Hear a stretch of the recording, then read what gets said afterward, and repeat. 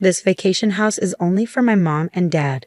Your parents can't stay here, my husband declared, surprising me with his words after buying a fancy vacation house worth $1 million. So that's what this is all about. I realized his intentions and felt fed up. Okay, but you'll regret this decision, I warned him. Never come near me again, Terry smirked, folding his arms. If that's how it is, I won't be nice either. I'll make him sorry. My name's Kathy. I married Robert 4 years ago, and we've been living together happily. We don't really have any hobbies, so we've been saving a lot of money. If I had to pick one thing we splurge on, it's probably making fancy coffee on weekends. Oh, by the way, isn't your mom's birthday coming up soon? I asked Robert while holding a freshly brewed cup of coffee. We're both in our mid-30s. Robert's parents just turned 60 this year, a year before mine. What if we give them a spa getaway as a birthday gift? It could be a lovely treat, don't you think? I suggested. Robert thought it was a good idea, saying, "That sounds nice. I'll check with my parents if they have any specific wishes. If not, we'll go with a spa retreat. It's like hitting 2 birds with 1 stone." I didn't mean it that way, I clarified. I know, just kidding. Next time I see my parents, I'll bring it up with them. Kathy, can you find some good spas? Robert asked me. Sure thing. How about we join them on the trip? It'd be a nice change, I suggested. 2 weeks went by, and my mother-in-law's birthday was approaching quickly. We should book the spa soon.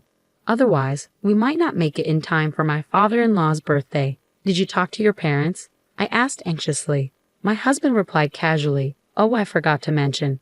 I already checked with them, so no need to book the spa retreat." Oh, really? That's a relief. But what did they say they wanted? I was eager to decide the gift together, but my husband seemed bothered by the question. I'll take care of it. It's my parents' 60th birthday. You don't have to worry about it, Kathy, he said, dismissing my involvement. Robert's words took me aback. He'd never dismissed me like this before. That wasn't very nice, I said, feeling emotional. Why won't you tell me? We've always chosen gifts together. We've even picked gifts for each other's parents in the past. So why, on such an important occasion like their 60th birthday, would you shut me out like this? I don't understand, I said, frustration creeping in. Normally I'm pretty calm and don't raise my voice often, but my husband remained stubborn. In the end, he wouldn't budge on telling me what his parents wanted. Since then, there's been tension between us, and we only talk about necessary things. Even when we drink our morning coffee, the silence hangs heavy. The day before my mother-in-law's birthday, my husband finally spoke to me after a long silence. We're going out tomorrow to celebrate Mom's 60th. Get ready, Kathy. We're staying overnight, so be prepared, he informed me. When he sprung the news on me, I panicked. What? Where are we going? You should have told me earlier if we're staying overnight. I need time to prepare. I just told you, didn't I? You're going to be surprised, my husband replied cheerfully, contrasting my anxiety. The next morning, we hopped into the car early to pick up my in-laws. They were bursting with excitement from the moment we saw them. I'm so thrilled. I never imagined celebrating my birthday like this. Thank you so much, they exclaimed. Isn't it wonderful? My husband asked. Absolutely, thank you so much, Robert, I replied, feeling a bit awkward since I hadn't been part of choosing the gift. Even when my in-laws expressed their gratitude, I could only respond vaguely. Then, unexpectedly, my husband spoke up. It's all thanks to Kathy. Thank you, he said, supporting me. I was touched by his consideration. Despite our recent disagreements, it felt like we were getting back to our old selves. My mood lifted, and I decided to enjoy the journey to our destination.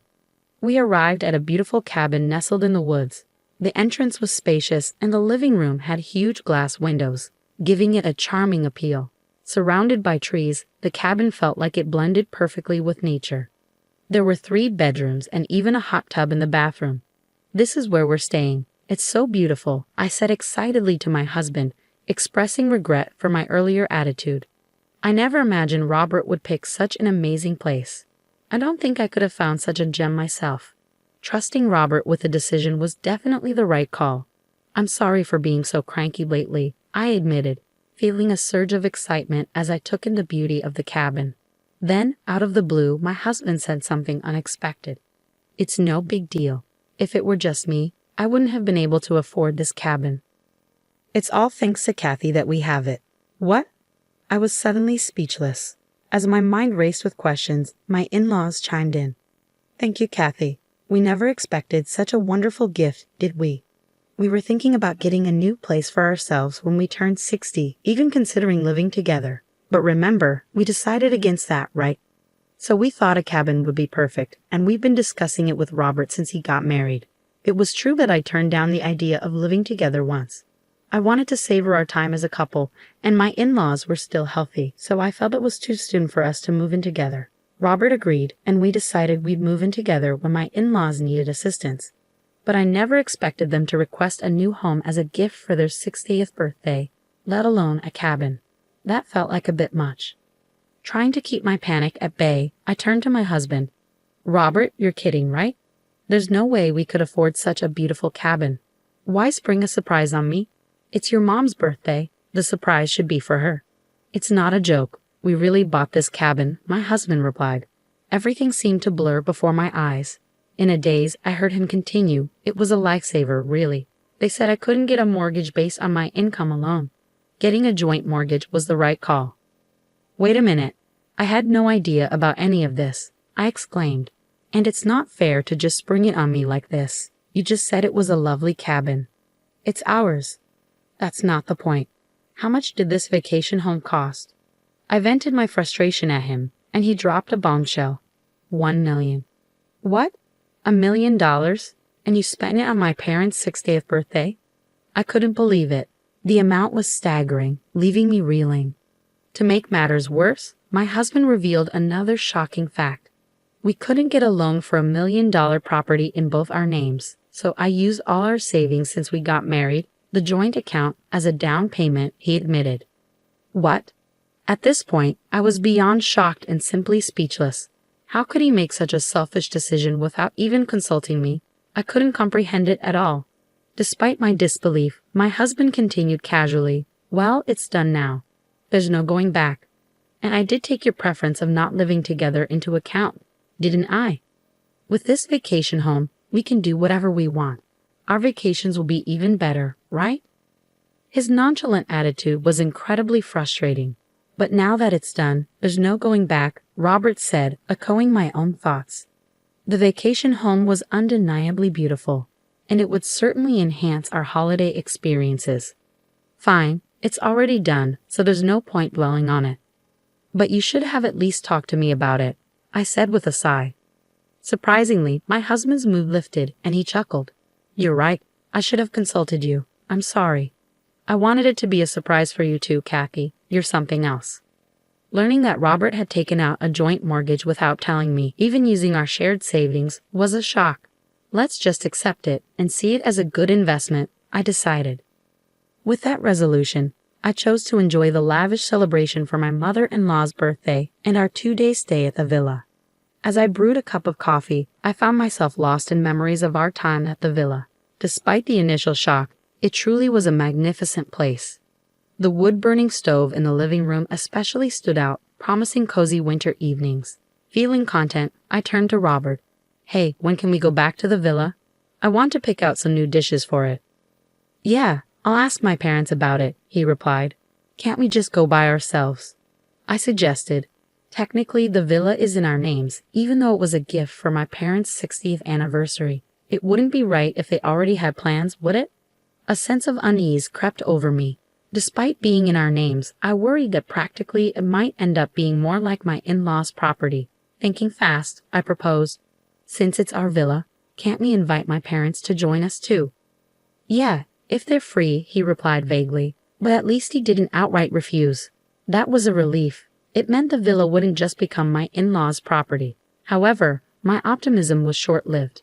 For the past 6 months, I hadn't been allowed to spend the night at the villa.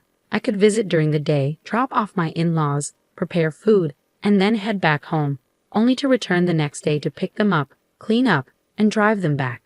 This routine had persisted despite my numerous complaints, with Robert always finding some excuse or even yelling at me. But today, I wasn't going to give up, especially since my parents' birthday was approaching. Robert, my father's birthday is in 2 months. Can't we invite them to the villa? It's our villa, I stressed, hoping to appeal to him. But his response was the same as always. If my parents don't have plans, it'll be the same story. We haven't spent a single night at the villa in the 6 months since we bought it. Your parents always get priority. But it's our villa and we should come first. Besides, I'm the one paying the mortgage and the down payment. My parents should have their turn too. Today, I'm not giving in. I've had enough, I asserted firmly, only to be met with a scowl from Robert. Shut up. That vacation house is only for my parents. I won't allow your parents to use it. I bet that was your plan all along, wasn't it? No wonder you bought it without telling me, he accused. The patience I had clung to shattered in my heart, leaving behind a sense of brokenness. I'll never forgive you, I vowed. Don't think you can act so selfishly without consequences. I challenged my husband.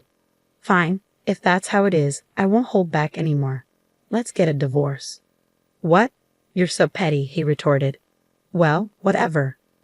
My parents appreciate me for buying that vacation home, and my mom can handle the housework. I'll be just fine without you. And if we're divorcing, I won't let you near that vacation house. Is that clear? With a smug look, he crossed his arms triumphantly. I felt foolish for falling for his smooth words, but it was too late for regrets. All that remained was to seek my revenge. In a low voice, I pressed my husband. Are you sure you'll regret this? Because I won't hesitate. Fine, it's settled then. Never shove your face in front of me again, he replied. The next day, I filed for divorce, and it was accepted without any issues. I decided to walk back to my parents' house. A few months later, I received a call from Robert's house. When I answered, he sounded panicked. Kathy, what do you want? We don't have anything to talk about, he said in a frantic tone. In response to my cold response, he yelled back, I tried calling your cell phone. Why didn't you answer? Some person claiming to be your lawyer showed up at my house today. This is what you wanted, isn't it? Can you explain it to me properly? Don't you understand? I replied calmly. What's there to understand? He snapped back. The lawyer was right. Since we're divorced, I don't plan on paying the mortgage anymore. If you don't agree, I might sell the vacation house. That's it. But the vacation house is in both our names. Even after the divorce, isn't it fair for you to keep paying the mortgage? I questioned. My ex-husband seemed at a loss for words. Despite being in both our names, I'm not allowed to use it, right? So why should I keep paying for it? That doesn't make sense to me, I stated calmly. No, it's a joint property, so we should both contribute, I argued. This conversation isn't going anywhere. That's why I consulted a lawyer. If you're going to stick to your stance, I'm ending this call. If you need anything else, talk to my lawyer. I don't have time to deal with this unreasonable behavior. I have my own affairs to attend to. Wait, hold on. I messed up. How about we take turns using the vacation house? I suggested. You mean I keep paying the mortgage and you let me use it sometimes, he clarified. I don't have any attachment to that vacation house anymore. I've already bought a new one, he revealed. Wait, what? I exclaimed. Yes, I gifted the vacation house to my parents for their 60th birthday. It's not $1 million estate, but a cozy cottage they love. Are we done here? I don't have time for small talk, he said firmly. Wait, please, I interjected. I resigned from my job, he informed me. What? Why? I asked. It was probably my father's doing, right? He's an executive in a top-tier company with many connections. Robert's company president is one of them, he explained. It seems my father had a word with Robert's company president about his behavior towards me. How can we tolerate such behavior in our company? The president must have exclaimed in anger. I don't know all the details, but I heard that Robert chose to resign voluntarily. I'm certain there was some intervention from Robert's company president behind the scenes. Please help me, Robert pleaded tearfully. My coworkers started giving me hostile looks. I made the decision to resign. I found a new job, but the salary is lower than before. I can't manage the mortgage payments on my own. Your father caused all this, right? Then shouldn't he take responsibility and keep paying the mortgage? He's so selfish, I lamented. How much further will he go to satisfy his own desires? I couldn't bear his selfishness any longer. Sure, my father might have played a role in me quitting my job. But you, Robert, are the one who started it all, aren't you? Don't try to twist the narrative to fit your agenda. You're the one in the wrong for tampering with our joint property just to impress your parents. You brought this upon yourself. I never imagined it would come to this. You're facing the consequences of your actions. I hope you suffer in the depths of mortgage hell, you selfish jerk. I heard his desperate plea, but I hung up the phone without giving it another thought. In the months that followed, I worked with a lawyer and managed to extricate myself from the mortgage for the vacation house. Eventually, Robert couldn't keep up with the mortgage payments alone, and the property ended up being sold due to its decreased value. It appeared that Robert had accumulated debt and was now struggling to make ends meet in a modest apartment. Even his in-laws were shocked by the turn of events, and Robert's parents found themselves facing scrutiny from the community for losing the vacation house they had once bragged about. Meanwhile, I found fulfillment in my role as the vice president of my father's company, leading busy and rewarding days. The happiest moments now come when the three of us, myself, my husband, and our daughter, visit the vacation house on our days off, enjoying moments of relaxation with a cup of coffee.